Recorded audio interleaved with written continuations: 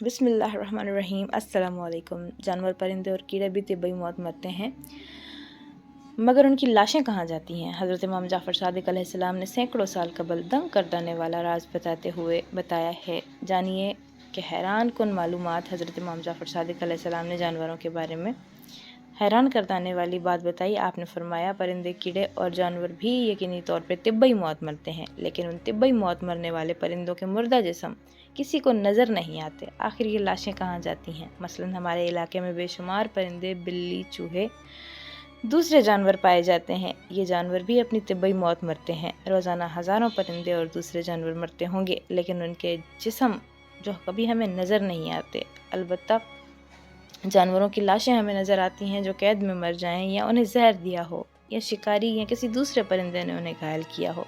आहिस्ता आहिस्ता दम निकलते हुए अपने किसी जानवर को नहीं देखा होगा, यहाँ तक कि किसी चूंटी को भी नहीं।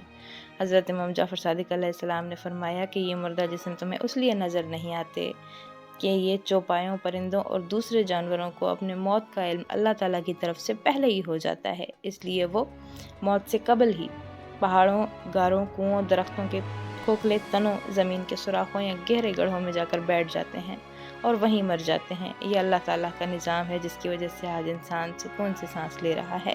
वरना अगर बाकी जानवरों, कीड़ों को छोड़कर सिर्फ परिंदों को लिया जाए तो एक अंदाजे के मुताबिक दुनिया में परिंदों की तादाद 700 अरब है। अगर ये परिंदे सरेआम तिब्बी मौत मरते हैं तो ज़मीन पर कदम रखने तक की जगह नहीं मिलती। हर तरफ उनके मुर्दा जिस्म होंगे जो गंदगी और बेशुमार बीमारियों का सबब बनते हैं। सुभान अल्लाह, फिर तुम अपने रब की कौन कौन सी नेमत को झुठलाओगे। अल्लाह हाफ़िज़।